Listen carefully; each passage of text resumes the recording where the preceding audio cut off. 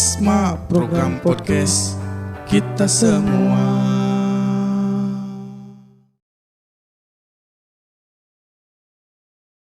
Halo Sobat Prokasma di seluruh Nusantara, balik lagi di Prokasma hari ini dengan episode yang berbeda di sini. Untuk bulan Maret ini kita mengusung temanya itu ngopi. Iya, ngobrolin film. Kenapa kita harus ngobrolin film, Bang? Karena untuk mengapresiasi film-film di Indonesia itu Om yang pertama.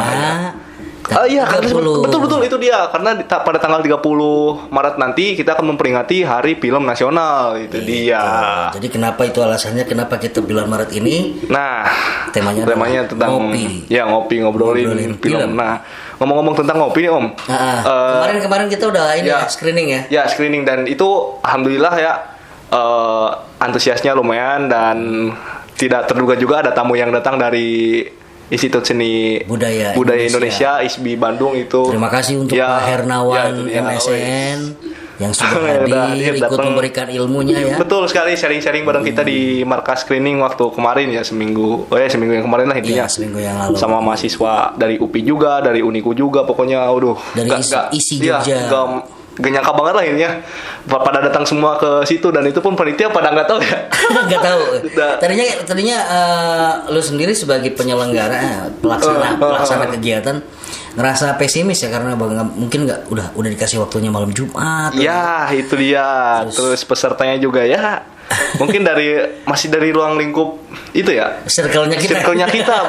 betul itu yang sangat disayangkan sekali. Tapi alhamdulillahnya itu kita dapat apresiasi juga dari luar itu, ya, dari luar Kuningan. Yang jelas ketika kita membuat sebuah kegiatan tentang film, itu artinya kita ingin mencoba meraih semua komunitas film yang ada di Kuningan, karena memang ekosistem perfilman Kuningan memang sebetulnya sudah terbentuk. Betul. Saya sudah pernah bilang di beberapa ini juga bahwa ekosistem film di Kuningan itu sudah terbentuk dan sudah ada di mana-mana gitu ya. Cuma cara kita untuk mungkin ekosistemnya harus ada di dalam satu lembaga, bukan lembaga. Satu lingkup wilayah kekuninganan gitu. Iya. Jadi tidak hanya ekosistem A mengangkat hanya A saja, tapi kita bersatu bergabung untuk mengangkat ekosistem film Kuningan untuk satu tujuan yang sama ya. Misalkan seperti ini ya, acara screening seperti yang kemarin kita itu kan mungkin akan menjadi sesuatu yang belum terbiasa ya. Nah, bagi beberapa itu ya. Mungkin bagi semuanya. Ya, bagi semuanya juga ya. Belum terbiasa untuk diapresiasi acara-acara penayangan film itu. Dan ada seperti ketakutan kalau filmnya itu ditelanjangi. Pesimis, ketakutan gitu ya. Ditelanjangi pada saat diskusi, padahal justru itulah saatnya bahwa kita mengetahui kelemahan dan kekurangan kita. Karena dengan diskusi, dengan sharing, dengan berbagi, maka kita akan bertambah. Betul. Benar nggak? Ya, saling berbagi ilmu lah gitu. Dan dari pasti kan ada perbedaannya di antara masing-masingnya gitu kan. Jadi itulah intinya, bahwa ketika kita mengadakan sebuah event penayangan film, itu adalah salah satu wadah apresiasi untuk kita. Jadi ayolah kita bareng-bareng. Nah, kita memberikan ruang ya. Kita memberikan ruang gerak untuk berkarya. Kita bikin bukan ruang berkarya sih, ruang apresiasi. Ya, betul ruang kita memberikan memberikan layar untuk film-film teman-teman semua diapresiasi. Mudah-mudahan sih bisa ini ya, bisa berterus terang. Bisa berkelanjutan. Masih cinta-cintaan terus terang terus ini kemarin. Bisa berkelanjutan. Pengennya sih 2 bulan sekali atau 3 bulan sekali. Mudah-mudahan aja ya. Dan nanti pun kita bakal ada proyek lagi nih Om ya. Betul. Di kolam kita. Mudah-mudahan sih ya, belum ada obrolan lebih lanjut lagi sih. Ya. Kalau harapannya spoilernya ya, harapannya biar lebih dahsyat lagi dari kemarin lah gitu gebrakannya. Kan kalau di kolam kita dua kali kegiatan itu bersama Forum Film Kuningan. Itu sampai overload ya. Betul, itu kan di penyelenggaraan yang pertama itu benar-benar overload banget. Nonton film kui. Iya, nonton film kui itu yang pertama, penyelenggaraan pertama itu nonton film kui waktu ya itu juga Maret sih.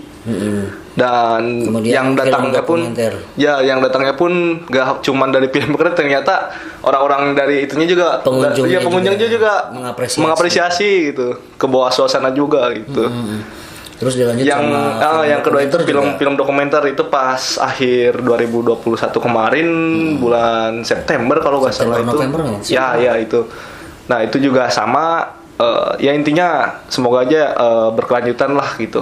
Kita saling merangkul, saling mengapresiasi karya satu sama lain gitu. Nah, Forum Film Kuningan. Forum Film Kuningan apa nih Om? Ya nanti kita tunggu. Ya itu progresnya ya. Oke, siap. Forum Film Kuningan. Itu dia. Oke, BTW tentang film nih. Kita ngopi. Ya, ngobrolin film. Film apa yang bakal kita obrolin hari ini? Hari ini kita bakalan kupas tentang penyalin cahaya nih, Om. Ini penyalin cahaya FYI buat teman-teman yang belum tahu atau belum nonton gitu ya. Netflix aja, bukan Netflixnya. Bukan Netflixnya aja gitu. Dan sekedar informasi bahwa film penyalin cahaya ini memenangkan 12 prestasi sekaligus di Festival Film Indonesia atau Piala Citra di tahun 2021 kemarin. Terus juga di Busan Internasional Korea. Busan Internasional Korea, buset itu dia. Dan yang menarik, film ini tidak tayang di bioskop, Ang. Iya. Hanya tayang di Netflix. Ya. Dan itu ada apa sih? Kok nggak sampai didistribusikan ke itu ada? Ya mungkin memang distribusi untuk proyeksinya untuk Netflix mungkin ya. Ke situ tapi didaftarkan ke Festival Film Indonesia gitu.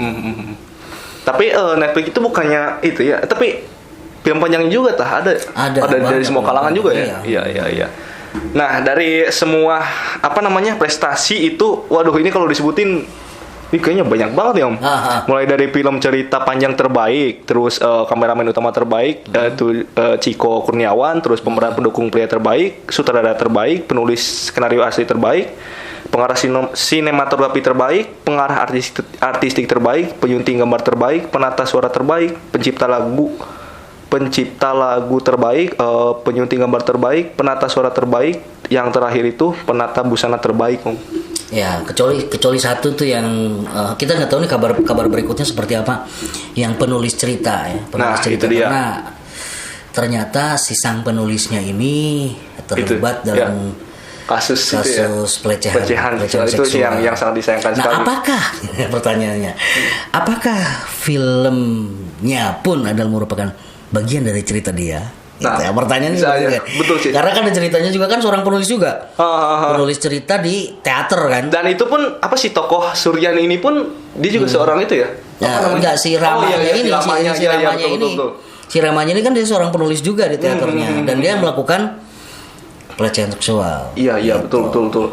Dan itu sih yang enggak disangkanya itu sosok Rama ini ternyata diam-diam menghanyutkan ya. Kita tidak pernah menyangka bahwa si Rama ini ada. Ya, betul. Kita dari menit awal saja kita enggak nyangka. Jadi kenapa saya bilang bahwa filmnya Uregas ini yang saya pernah lihat Lemantun, Prenjak, kemudian Lembu Sura. Ini emang Uregas ini cerdas cerdas banget dan ngajak orang nonton itu sambil mikir. Itu dia. Ngajak orang nonton itu sambil mikir. Dalam banget ya. Dan ketika kita dikasih penyalin cahaya, kita asik banget ngikutin alurnya. Dan kita diajak untuk menduga-duga gitu, Kita beberapa kali terjebak. Benar. Beberapa kali terjebak. Bahkan dari hal-hal kecil itu terselip makna yang tersembunyi ya Om. Betul. Mulai dari yang fogging itu kan? Ya, yang fogging. Itu. Fogging itu kan menguras, mengubur, yang satunya lagi ada tuh 3M. Ya, intinya 3M itu.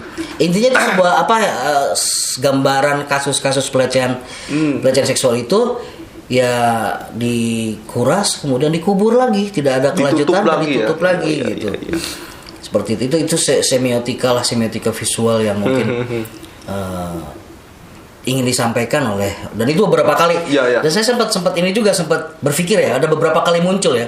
Ketika ada adegan pertama adegan pertama, wah ini biasa mungkin ambience biasa gitu ya. Tapi ketika muncul yang kedua, pasti ada sesuatu nih di sini, ada sesuatu. Dan itu ketemu ketika setelah selesai film. Ternyata fogging itu adalah cara licik. Bukan. Ternyata fogging itu menyampaikan pesan gitu loh. Menyampaikan pesan tentang kasus ini gitu, menyiapkan pesan kasus pelecehan seksual ini, bahwa pelecehan seksual yang terjadi di Indonesia itu selalu pada akhirnya dikubur lagi. Gitu, pada akhirnya dikubur lagi. Nah, dalam cerita kan memang itu adalah salah satu alibi, salah satu cara ketika si Rama, ini kita spoiler nggak sih? Cerita sedikit ya, sedikit. Cara si Rama untuk menghabisi orang-orang yang tidak sesuai dengan keinginannya, gitu. Terus dari sisi sinematografi ini benar-benar ajib ya. Wih, udah keren. Udah keren banget itu. Keren banget lah, keren banget. Gradingnya itu kalau nggak salah lebih ke hijau ya. Hijau. Itu. Pokoknya dari tata cahaya, dari pengambilan gambar. Ini kalau saya mau ini ngasih 100 nih. udah apa namanya, sempurna banget kalau menurut saya. Sempurna banget. Semua gambar bermakna, semua gambar bisa dinikmati dan nyaman di mata. Dan betul. Menyimpan sebuah cerita. Gitu. Ya. Dan kita pun terbawa dengan alur yang apa namanya, yang dialami oleh permasalahan yang dialami oleh si Suryani ini, Om, dari mulai awal dia tuh ketahuan bahwa mabuk di itu ya, di mana, di sebuah tempat diskotik ya. Si Rama itu. Ya, di pestanya si Rama itu, sampai dia itu nggak dapat beasiswa.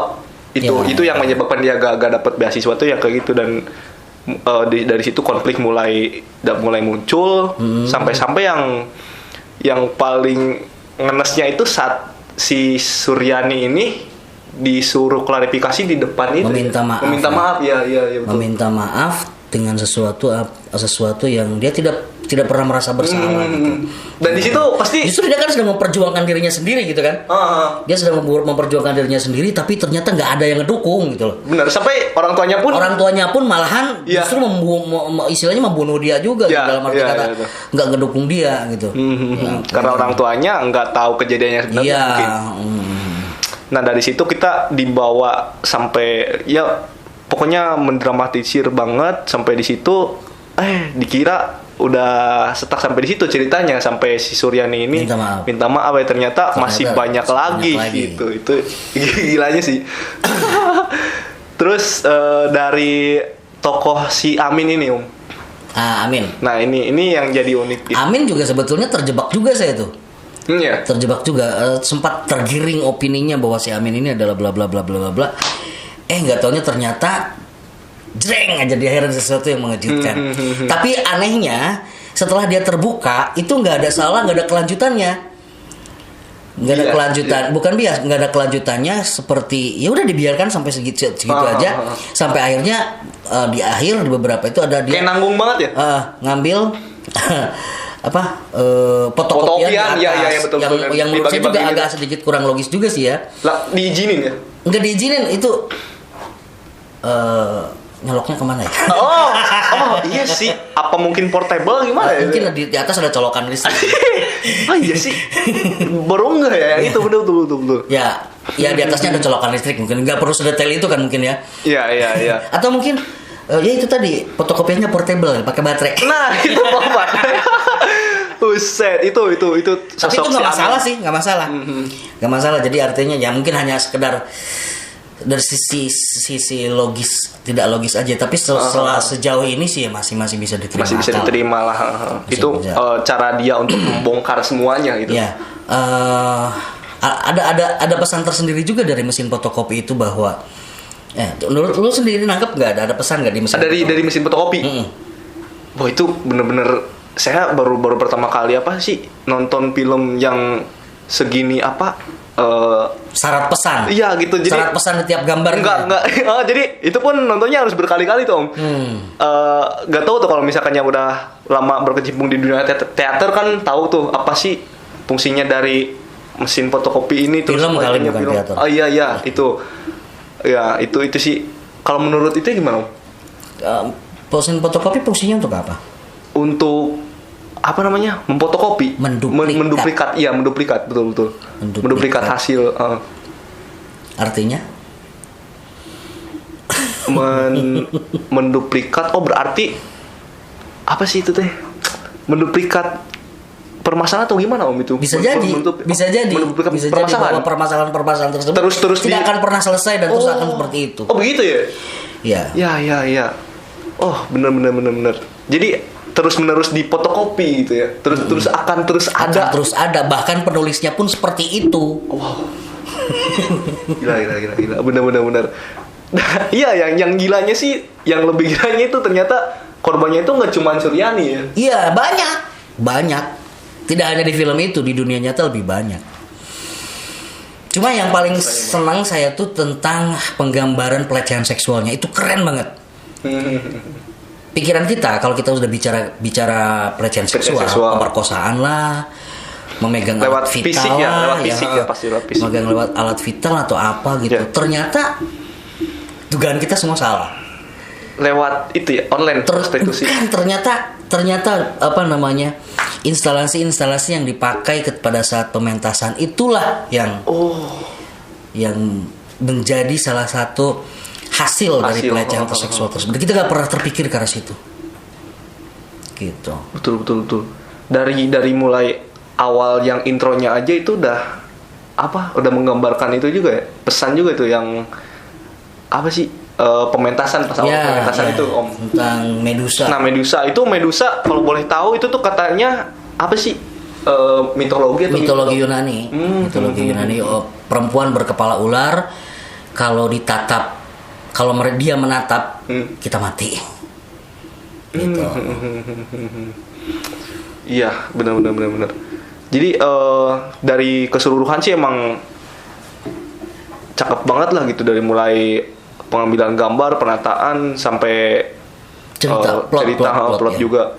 Sampai ada yang ngeduga siapa itu yang si Rama ini, ada yang bilang mirip kayak si Anhar gitu kayak apa, bener ya? Mirip apa? Kayak yang diolak itu bukan sih? Ya mirip, saya tadinya nyangka dia. Ya bener. Saya tadinya nyangka dia itu yang main diolak. Ternyata beda. Bener. Ternyata yang jadi Anhar. Buset. Giulio. Ya itu. Dan nah ini yang satu lagi tokoh apa yang si Farah ini Om. Farah juga saya juga ngerasa ya mungkin karena terlalu banyak nonton sinetron ya saya. Ketika ngelihat karakter yang dia kan digambarin karakter Judas ya, karakter itu. Wah kayaknya ini nih penjahatnya nih. Iya. Sempat tergiring juga ke situ. Tergiring ke si Farah itu ya. Jadi membuat penonton menduga bahwa si Farah ini adalah dalang di balik di balik masalah dari ini semua gitu. Terus kok tapi bisa ada yang kalau nggak salah scene pas si Suryani ini memperlihatkan di CCTV itu dipertontonkan lagi tuh Pak yang waktu itu, dan ternyata dia sendiri yang foto selfie. Iya, dia sendiri yang foto selfie-nya. Dia kan mematahkan anggapan dia bahwa tuduhan-tuduhan dia selama ini. Ya itulah permainan alurnya si Regas ini. Mainin alurnya, mainin ceritanya enak banget. Dari itu juga dari backsound lumayan menjedak-jeduk juga ya. Keren lah intinya. Terus pemainnya apalagi karena mungkin saya agak kurang setuju juga kalau misalkan antara pemeran Yuni dengan pemeran Sur ya. Kalau saya lihat dari kacamata yang saya pakai, kacamata orang awam gitu. Justru Yuni ya kemarin. Itu lebih bagus karakter si Sur ini daripada Yuni ya. Kalau menurut saya gitu. Tapi kan itu selera juri FFV kan lebih hebat lagi daripada saya gitu. Ini pandangan kita yang di sini ya. Karena jujur tadinya saya waktu FFV itu ngejagoinnya Yuni. Oh gitu. Ngejagoinnya Yuni. Wah ternyata penyalin cahaya gila bener. Sampai 12 piala. Nyisain 1 buat Yuni cuma untuk aktris terbaik aja. Gila bener keren banget. Tapi emang keren, filmnya keren. Untuk keseluruhan sih keren ya. Agak sedikit itu aja kenapa kayaknya gitu sih, kayaknya udah jangan semua, kasihin ke Yuni 1 gitu. Bisa jadi gitu ya. Mesti semuanya dia diborong sama penyalin cahaya gitu. Dan dari dari kebanyakan film yang udah Om Roy tonton ini dari mulai Piala Citra dari sebelum-sebelumnya itu emang apa namanya kebanyakan yang drama ya? Kebanyakan drama sih sebetulnya. Ya kayak kemarin sebelum ini kan horor pernah ya? Perempuan Tanah Jahanam. Oh iya, yang itu betul yang sampai nominasi apa tuh Oscar ini ya. juga Yoni juga masuk Oscar sebetulnya. Lagi. Nominasi, tapi ya udah berhenti sampai nominasi. Alhamdulillah sampai nominasi juga kan. Kemudian ada Kucumbu Tubuh Indahku, Marlina, kemudian ada Gi dulu tuh ya. Nah itu juga yang KTI itu waktu itu sempat jadi kontroversi juga ya. Kontroversi. Sampai datang petisi yaitu di boykot lah di apa. Ya karena dianggapnya mendukung LGBT. Nah itu dia. Karena kita kan dari pandangan kita selalu berbeda gitu. Cuma dari sekian banyak film FFI yang alurnya yang nyaman, ngalir gitu ya, Penyalin Cahaya ini. Yang ini ya. Akankah ada lagi penyalin lain gitu ya? Yang penyalin. Iya jadi ya nggak selalu harus surrealis ya. Ini film realis yang menurut saya ya asik ditonton, diikutin dengan cara investigasinya si Sur ini ya. Iya. Dia berusaha menginvestigasi sendiri, mencari siapa sih pelakunya gitu. Perempuan kayaknya jadi ciri khasnya Uregas kayaknya sih. Emang gitu dari dulu ya. Perempuan yang tangguh ya di saat dia punya masalah, dan di keluarganya pun dia nggak dirangkul gitu. Sayangnya di situ. Dan yang paling ngena lagi yang di scene si ibunya itu ngebawa si Surnya itu ke temennya Om. Nah di situ dia mulai terbuka. Dialog yang paling gitu. Lu anak gue. Lu anak gue. Itu kalimat asli. Kalimat sedikit tapi asli. Ikan kita pikir di awal kan kayak cuek-cuek kayak gitu ya. Iya. Cuek-cuek. Tapi ketika dia dapat permasalahan dibandingkan dengan bapaknya yang nyebelin banget kan. Iya. Ketika dia berhenti di sebuah toko bunga. Terus ada kalimat lu anak gue. Gila. Secuek-cueknya ibu. Bener. Dia pasti bakal nolongin anaknya. Ya, kan? Itu dia. Itu sih intinya dari situ kita belajar bahwa kasih sayang ibu itu sepanjang masa lah. Iya, menguras, menutup, mengubur itu dia. Nah, itu dia. Dari situ dibawa dia ke temennya dan mulai terbuka si Suri itu terhadap tetap permasalahannya.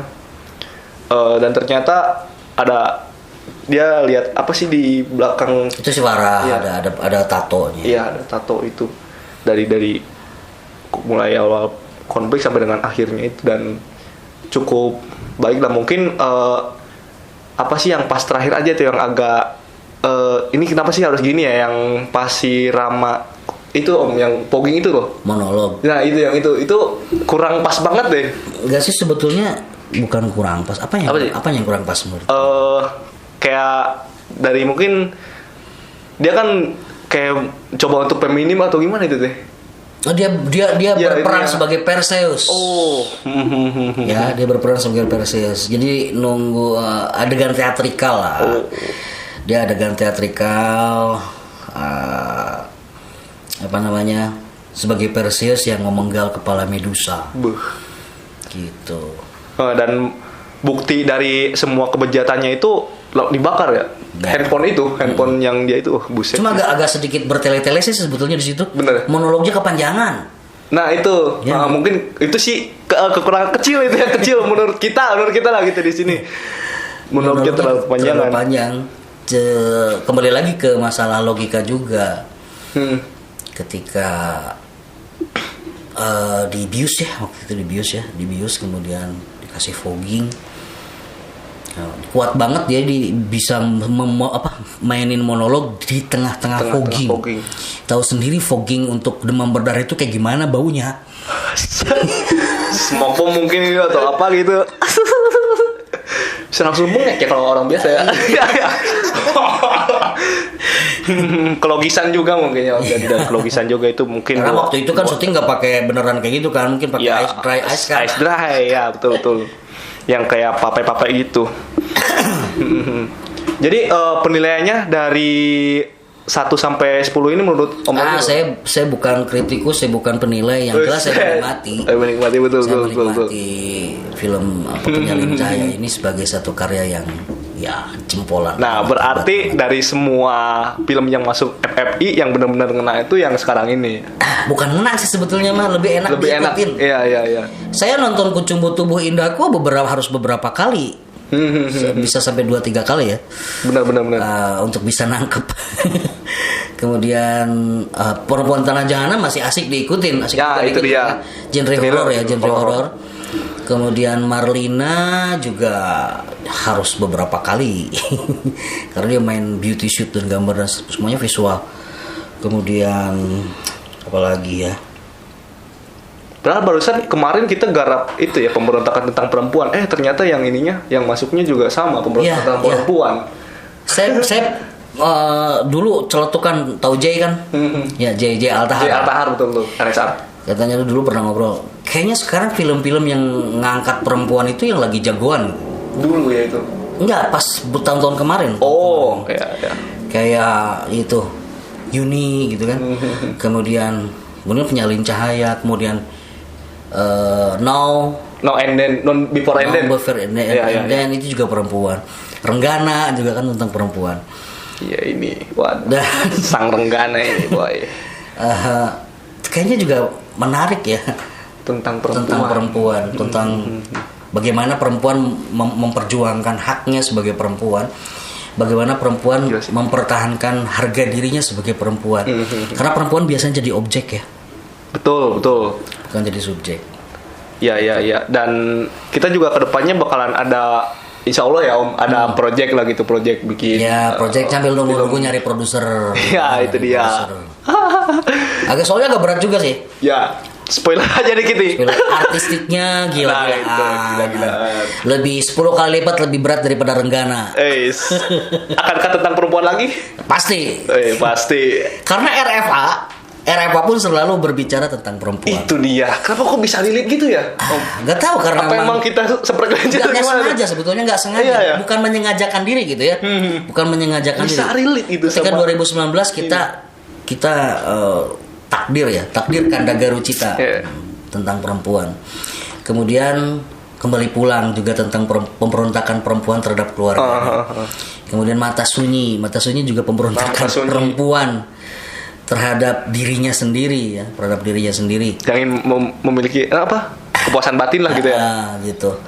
Kemudian Renggana sekarang judulnya jangan dulu dikasih tahu. Intinya ya gitulah gitu. Doain aja. Kenapa selalu tiba-tiba bukan itu kan saya hanya menuliskan skenario saja ya. Saya hanya menuliskan skenario, cerita-ceritanya tuh dari orang lain gitu. Cerita dari orang lain, saya menggarap skenarionya, kemudian ya jadi seperti itu. Kebetulan bukanlah sebuah kebenaran. Kebetulan bukanlah sebuah kebenaran. Oke. Nah itu dia pembahasan kita tentang ngobrolin film. Tapi ngeteh. Ya nggak apa-apa lah gitu. Ntar kita mungkin kedepannya bakal ada endorse lagi dari kopi-kopi yang punya kopi boleh. Kita 1 bulan ke depan kita judulnya ngopi. Siap lah gitu. Buat kalian juga yang punya rekomendasi film pendek maupun film panjang gitu, bisa lah gitu di share linknya di komentar gitu. Mau apa nih yang direview gitu ya? Nah mau apa nih yang kita review di Prokasma episode ngopi di minggu selanjutnya gitu. Sekarang Penyalin Cahaya dan minggu selanjutnya pasti ada penyalin yang lain gitu. Atau film-film yang lain. Iya, film-film yang lain. Oke, makasih buat kalian semuanya. Tapi kita di sini bukan sebagai seorang kritikus ya. Kita sebagai penikmat aja. Menikmati film. Iya, penikmat film. Oke, makasih buat kalian yang udah nontonin Prokasma di episode ngopi sekarang ini ya. Salam.